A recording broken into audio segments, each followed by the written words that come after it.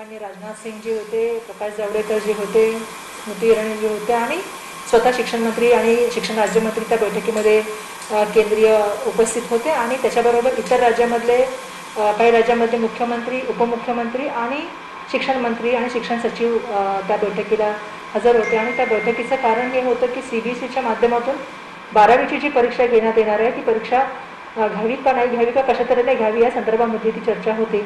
आणि त्या ठिकाणी प्रत्येक राज्याने आपापलं म्हणणं जे आहे ते त्या ठिकाणी मांडण्याचं काम केलं आणि महाराष्ट्राच्या वतीने सुद्धा आम्ही आमचं म्हणणं मांडलं. आणि या संदर्भामध्ये मंत्रिमंडळामध्ये आणि त्यांनी जे ऑप्शन दिले आहेत त्या संदर्भामध्ये मंत्रिमंडळामध्ये आम्ही येणाऱ्या काळामध्ये चर्चा करू. माझी माननीय मुख्यमंत्री महोदयांशी सुद्धा चर्चा झाली. आज त्यांची सकाळी टास्क फोर्सची जी आहे तुम्हालाही माहिती आहे की तिसऱ्या लहर असल्या संदर्भामधली बैठक चालू होती. त्यांनी मला सांगितलं की आपण सोमवारी भेटू आणि या विषयावरती आपण चर्चा करू येणाऱ्या 12वी संदर्भामध्ये.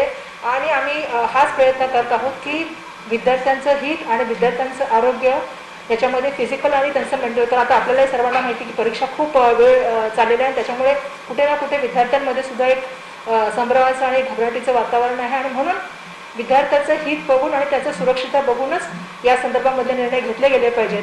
वॅक्सिनेशन संदर्भात सुद्धा आम्ही त्या ठिकाणी सांगितलं की वॅक्सिनेशन सुद्धा मोठ्या प्रमाणामध्ये व्हायला पाहिजे. अशा तऱ्हेचं आम्ही ज्या आमच्या सूचना होत्या त्या आम्ही त्या ठिकाणी केंद्रीय मंत्रिमंडळासमोर ठेवल्या. आणि येणाऱ्या काळामध्ये आम्ही माननीय मुख्यमंत्री महोदयांबरोबर सुद्धा या विषयी आणि मंत्रिमंडळाच्या सहकार्याबरोबर आम्ही आमच्या चर्चा करणार आहोत आणि येणाऱ्या काळामध्ये तुमच्यासमोर आम्ही येऊ सांगू. पण एकंदरीत प्राथमिक लेवलला काय परीक्षा घ्यावी की नाही असं काय ठरतंय किंवा असं काही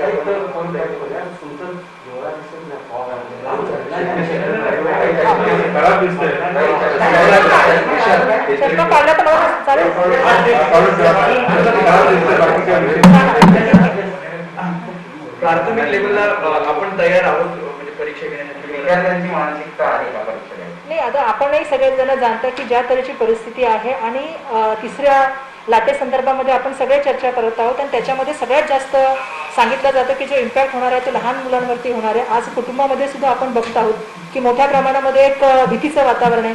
ज्या कुटुंबामध्ये समजा एखादा पॉझिटिव्ह व्यक्ती रुग्ण आला तर त्या कुटुंबामधल्या विद्यार्थ्याची मानसिकता काय हे आपल्या सर्वांना समजू शकतो, कारण आपण सगळेजण या ठिकाणी परिस्थिती पाहत आहोत. मी सुद्धा घरामध्ये ही परिस्थिती पाहिलेली आहे. आणि त्यामुळे आम्ही हेच त्यांना सांगितलं की आपल्याला हे करत असताना मुलाची मानसिकता समजून गेली पाहिजे. 1.5 वर्षापासून मुलं ह्या परीक्षेसाठी तयारी करतायत आणि सातत्याने मुलांमध्ये संभ्रमाचं वातावरण आहे. आणि हे करत असताना सगळ्यात महत्त्वाची गोष्ट म्हणजे सुरक्षितता कशी राहील, त्यासाठी लागणारं मोठ्या प्रमाणामध्ये लॉजिस्टिक असेल, त्याचं व्यवस्थापन कसं लागेल. कारण आपल्याकडे CBSEची 25,000 मुलं आहेत, परंतु आपल्या ज्या बोर्डाची मुलं आहेत HSC बोर्डाची ती जवळपास 14 लाखाहून अधिक विद्यार्थी आहेत. आणि त्यामुळे कुठलीही गोष्ट करत असताना ती पूर्णपणे सुरक्षित वातावरणात केली गेली पाहिजे. मुलांना जे आहे ते जसं मी सांगितलं की दोन्ही तऱ्हेचं जे आहे ते मार्गदर्शन आणि त्या तऱ्हेचं वातावरण निर्माण केलं पाहिजे. आणि त्यासाठी सगळ्यात महत्त्वाची जर गोष्ट कुठली असेल तर वॅक्सिनेशन आहे. तर केंद्र सरकारने जास्त प्रमाणामध्ये वॅक्सिन द्यावे आणि मुलांचं आणि काम करणाऱ्या लोकांचा विचार करावा. त्यामुळे तोपर्यंत आमचं असं म्हणणं होतं की ह्या संदर्भामध्ये निर्णय घेत असताना आम्ही परिस्थिती बघू. तुम्ही 1 महिन्यानंतर परीक्षाबद्दल बोलता आहात, त्यावेळेची परिस्थिती काय असेल महाराष्ट्रामध्ये, कारण आज आपण सगळेजण जाणता लॉकडाऊन आहे, उद्या विद्यार्थ्यांना यायचं म्हटलं तर कशा तऱ्हेने येणार. 1 महिन्यानंतर काय परिस्थिती असेल त्या परिस्थितीचा आम्हाला अभ्यास करावा लागेल. त्यामुळे हे सगळे निर्णय घेत असताना आम्हाला पूर्ण काळजी करून आणि पूर्ण विद्यार्थ्यांचं हित आणि देशाचं हित घेऊन तुम्ही निर्णय घेतला पाहिजे आणि त्या पालकांची मनस्थिती आपण समजली पाहिजे असं आम्ही सांगितलं. 12वी CBSEच्या निर्णयानंतर आपल्या स्टेट बोर्डाचा निर्णय होईल. आम्ही या काळामध्येच माननीय मुख्यमंत्री महोदयांशी मागच्या मंत्रिमंडळाच्या बैठकीमध्ये आमची चर्चा झाली होती आणि त्यावेळी त्यांनी सांगितलं होतं की ते दौऱ्यावरती जाणार होते. आपल्यालाही माहिती आहे जे वादळामध्ये झालेलं नुकसान ज्या संदर्भात ते दौरा करणार होते. त्याच्यानंतर त्यांनी आम्हाला सांगितलं होतं की बैठक घेतील. आज सुद्धा माझं सकाळी त्यांच्याशी बोलणं झालेलं आहे. ते मला म्हणाले की आम्ही तुम्हाला 1-2 दिवसामध्ये बैठक देत होतो, येणाऱ्या 2 दिवसामध्ये आमची बैठक होईल आणि मंत्रिमंडळासुद्धा आम्ही ह्या गोष्टी घेऊन जाऊ.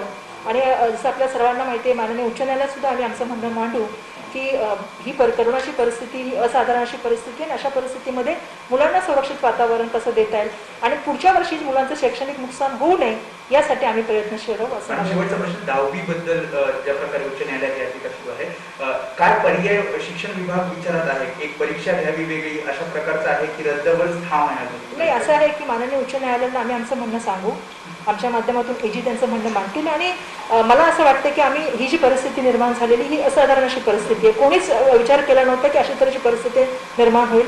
पहिल्या लाटेमध्ये आपल्याला वेगळं वाटलं होतं दुसऱ्या लाटेमध्ये आपल्याला वाटलं होतं कदाचित ती त्याच्यापेक्षा कमी असेल, परंतु आपण आज परिस्थिती बघतोय की तो स्ट्रेन खूप मोठ्या प्रमाणामध्ये लोकांमध्ये आज खूप मोठ्या प्रमाणामध्ये पॅनिकिंग निर्माण करत आहे. आणि अशा वेळेला तिसरी लाटेबद्दल आपण चर्चा करतोय, ती सुद्धा मुलांच्या बाबतीमध्ये होते.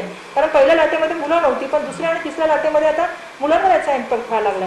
आणि म्हणून आम्ही कोर्टाला आमची बाजू सांगू, कोर्टाने जे आम्हाला प्रश्न विचारले त्याच्याबद्दल आम्ही त्यांना माहिती देऊ, आणि ह्या असाधारण परिस्थितीमध्ये पुढच्या वर्षी मुलांचं नुकसान होणं यासाठी आम्ही या संदर्भामध्ये आम्ही कोर्टामध्ये जे आमचा GR करतो आम्ही कोर्टामध्ये सादर करून कोर्टाला आमचं म्हणणं मांडू त्या ठिकाणी. आणि मला पूर्ण खात्री आहे की कोर्ट या संदर्भामध्ये जे आम्ही सहानुभूतीपर विचार करेल, कारण परिस्थिती ही वेगळी आहे आणि त्याबद्दल काही संघटना ज्या ऑनलाईन परीक्षा घ्या असं वारंवार सांगत होतं, याबद्दल काही विचार होणार आहे का?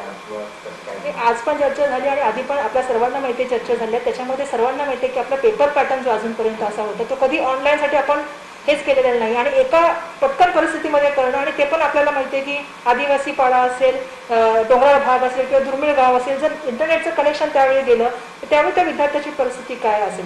आणि म्हणून आम्ही खूप साऱ्या गोष्टींचा या ठिकाणी विचार करतो आणि आमचा हाच प्रयत्न राहतोय की पुढच्या वर्षी कसं करून मुलाला त्याचं नुकसान होऊ नये. मागच्या वर्षामध्ये पूर्ण शैक्षणिक जर आपण बघितलं तर खूप मुलांच्या जीवनामध्ये कधी त्यांनी विचार केला नव्हता मोबाईलच्या माध्यमातून शिकावं लागेल, कधी त्यांना परीक्षेच्या बाबतीमध्ये हा विचार केला नव्हता, परंतु असाधारण परिस्थितीमध्ये असाधारण निर्णय त्यावेळी घेतले गेले. पण पुढच्या वर्षी मुलांचं आपल्याला प्रयत्न राहणार आहे की त्यांचे ॲडमिशन वेळेवर व्हावं, त्यांच्या शाळा किंवा कॉलेजेस वेळेवरती त्यांना मार्गदर्शन मिळावं, ह्या तऱ्हेचे प्रयत्न आपण करणार आहोत. नक्की आठवड्याभरात आम्ही चित्र स्पष्ट करण्याचा प्रयत्न करून आणि माननीय उच्च न्यायालयास या संदर्भामध्ये विनंती करू. काही जर या परीक्षा रद्द झाल्या तर 11वी मध्ये मुलांना कशा कोणत्या गुणवत्तेच्या आधारावरती प्रवेश देण्यात येणार याबाबत काही चर्चा झाली? या संदर्भात आमची चर्चा सुरू आहे आणि येणाऱ्या काळामध्ये ते सुद्धा आम्ही तुमच्या समोर घेऊन येऊ.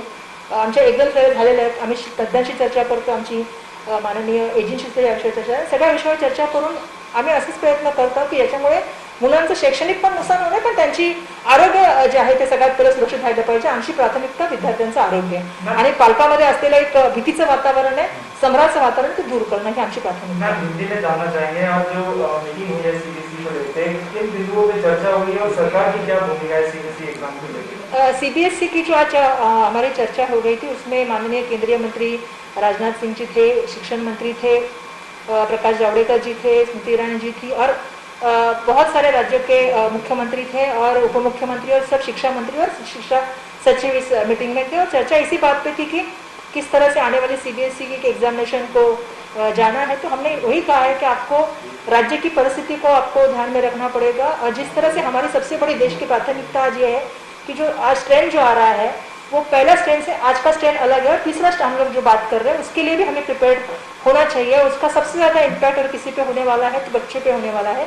माननीय मुख्यमंत्री जी आज टास्क फोर्स की मीटिंग ले रहे हैं जिसमें इसी पे चर्चा चल रही है. तो हमने उनको वही कहा कि हमें पूरे सुरक्षित वातावरण बच्चों को देना होगा. हमारे लिए सबसे बड़ी प्राथमिकता अगर कुछ है तो बच्चों की हेल्थ है. आज बच्चे 1.5 साल से आप सभी लोग को मालूम है कि परीक्षा की तैयारी कर रहे हैं. पेरेंट्स में कहीं ना कहीं एक संभ्रम की भावना है, तो हमें ऐसे ही कुछ सोल्यूशन पे जाना पड़ेगा जो बच्चों के हित में हो.